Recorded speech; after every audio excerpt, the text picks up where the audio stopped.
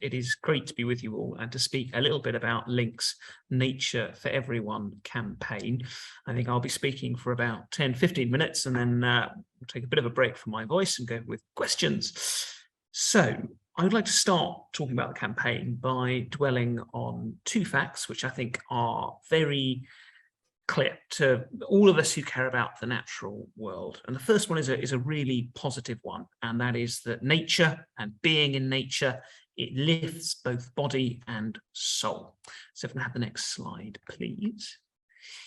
Now, this is something that has been seen in poetry.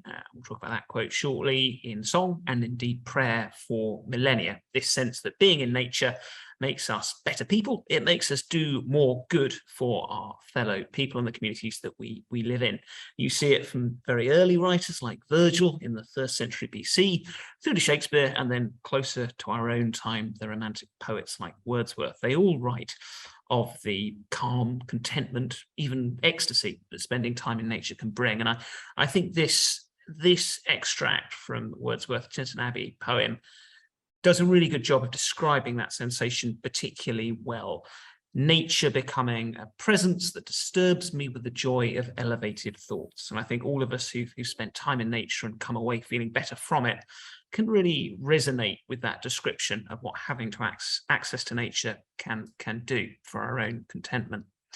Now, happily on this occasion, it's not always the case, science and modern science is very much backing up the poetry. So there's a range of studies that really show strong scientific evidence of very real health benefits from having access to nature. To give a couple of examples, there's a 2016 study which was published in Nature magazine that showed that spending 120 minutes in nature could demonstrably increase someone's well-being levels. A review of evidence from a couple of years before found that people who are more connected to nature tended to feel more vitality and more satisfaction with their own lives. Another evidence review even suggested that there was direct evidence that people who spent more time in nature had reduced mortality. The combination of the mental health uplift that being in nature provides and the physical uplift that the exercise to get there and to really enjoy nature brings really adds up to a very, very powerful tool to keep us all healthy.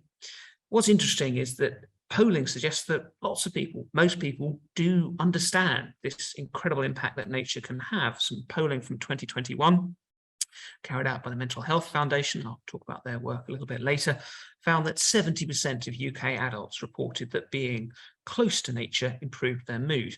Now that, of course, as I'm sure probably pretty much everyone on the call, was particularly the case during the lockdowns of recent years. Related polling found that almost 75% of adults said spending time in green and blue spaces helped them cope with the stress of the pandemic. And that experience has led to a desire for more action. There was a very interesting RSPB poll from 2020, which suggested that 4 in 5 UK adults would like the government to provide more green and blue spaces for people to access as a result of COVID. Now, that brings me on to my second truth about access to nature, and I'm afraid this is the negative one. And that is that this life-enhancing, life-giving tonic is not equally distributed across this country.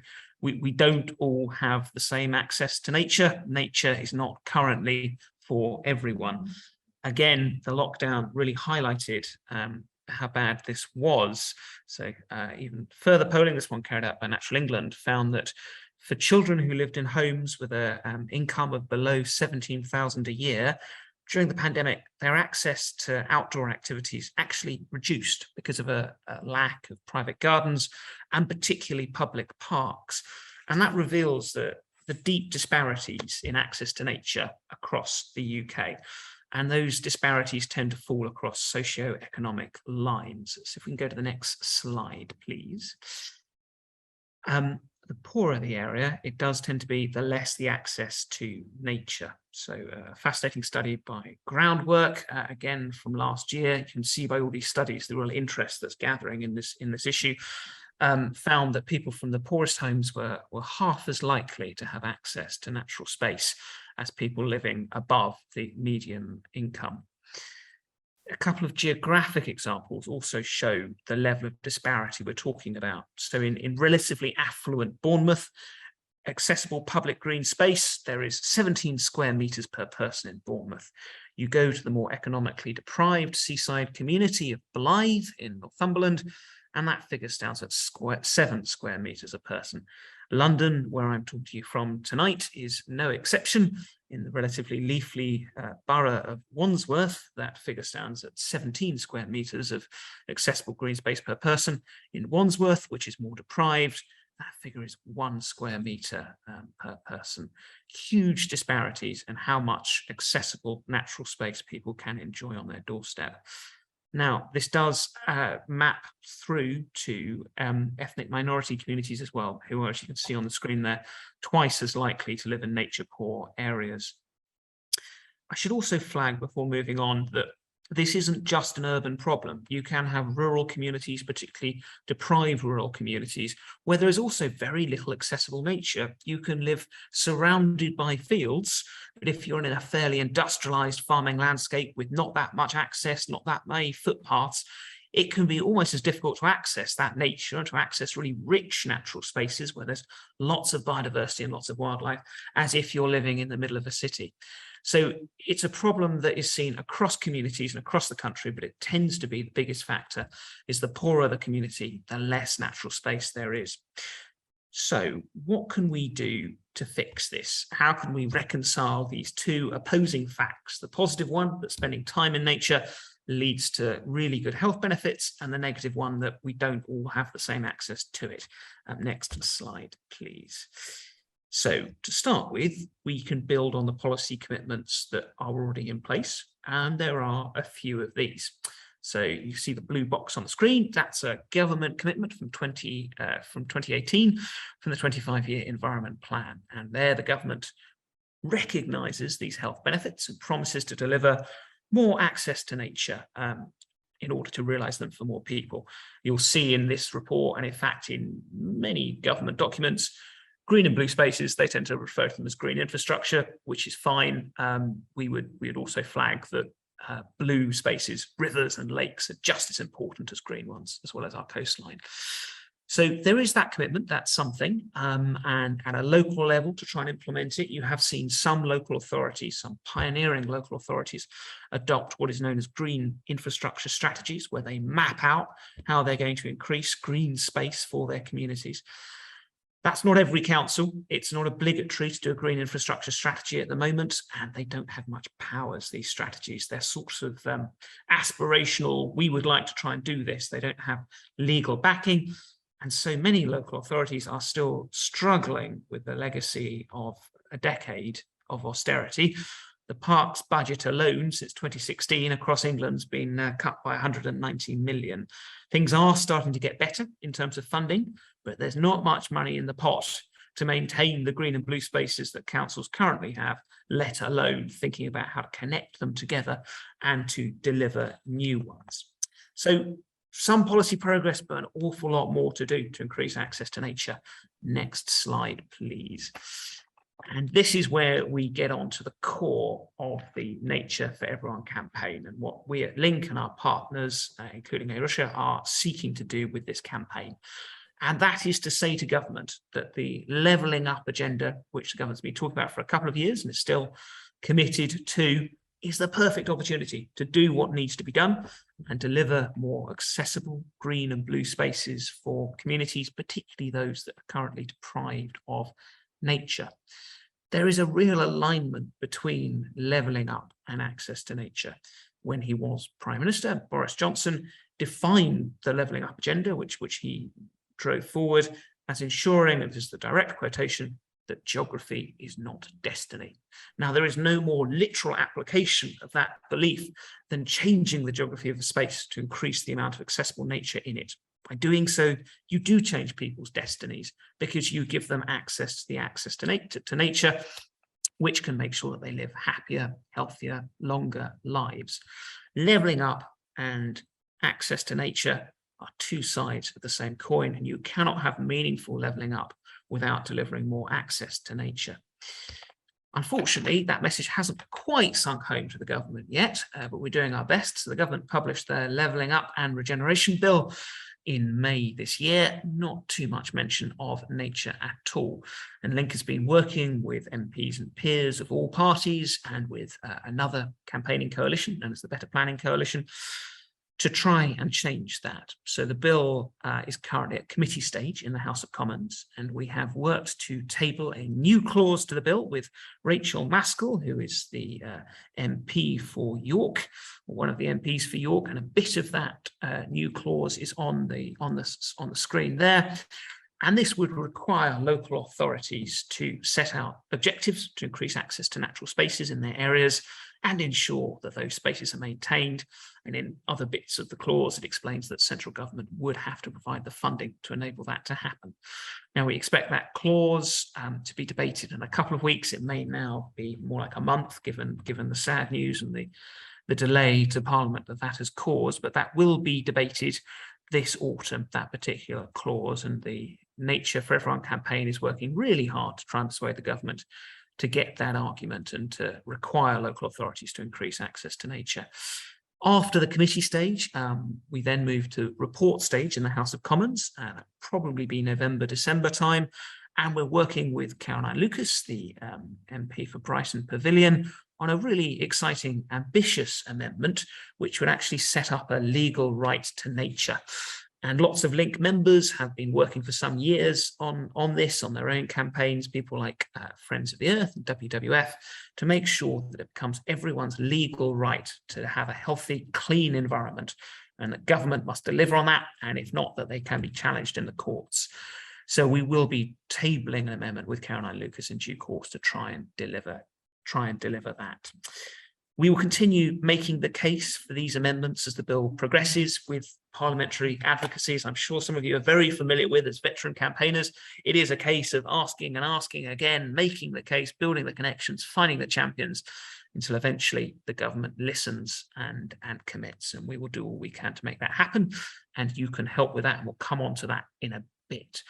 But before coming on to that and questions prior to that, I just wanted to recap on the full range of benefits that access to nature can provide. If we are successful with the Nature for Everyone campaign and we get to amend the Levelling Up Bill, then we work hard to make sure the relevant bits of the bill are effectively implemented and effectively resourced, and we start making sure that more communities have more access to nature. What are the outcomes we're going to see from that? Next slide, please. I think there are three key ones. This is a lovely quote from Gillian Burke, which she gave for the campaign, which I think sets out probably all three, but I'll talk you through them. The first is the one I've alluded to, and that is mental health. And I cannot overestimate the impact that access to nature has on this. The Mental Health Foundation, their big report in 2021, I'd really recommend it. You just type in Mental Health Foundation 2021 access to nature. Really pioneering report, which set out that it is one of the best things any of us can do to improve our mental health. There's a really good quote I'll read out where they talk about nature connectedness. And they say that connectedness goes beyond simply having contact with nature. The concept of being connected encompasses how we feel, think, and experience our relationship with the natural world. When we are more connected with nature, we tend to be happier and are more likely to be flourishing and functioning well psychologically. So we know now in modern science and healthcare is very clear that mental health feeds through into better health outcomes more generally. And so this all adds up to quite a potent preventative healthcare tool. And that leads me on to the second big impact, which is reducing the pressures on the NHS that we all need and use, and that is encountering a lot of demand at the moment. There are some really interesting studies on this. So current green space provision is estimated to save the NHS already about £100 million a year from GPs visits.